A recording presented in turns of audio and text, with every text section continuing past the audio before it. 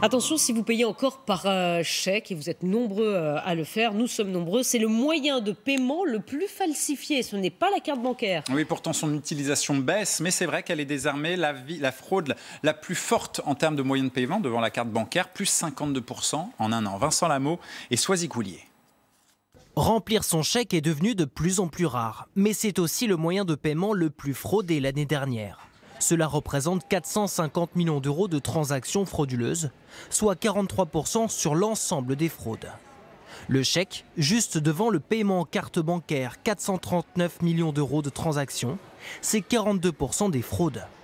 Il y a sans aucun doute un déplacement des acteurs de la fraude d'un sujet très technologique qui demande beaucoup de moyens vers un sujet qui est beaucoup plus simple, le chèque. C'est un papier avec une signature à l'encre. Il n'y a pas plus simple pour modifier tout ça. Les fraudes au chèque augmentent même depuis 3 ans alors que son usage diminue régulièrement.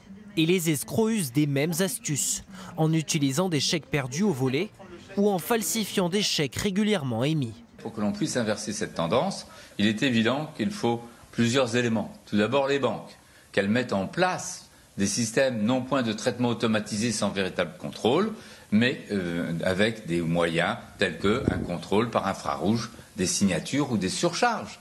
A l'inverse, le moyen de paiement le moins fraudé en proportion en 2018 est resté le virement.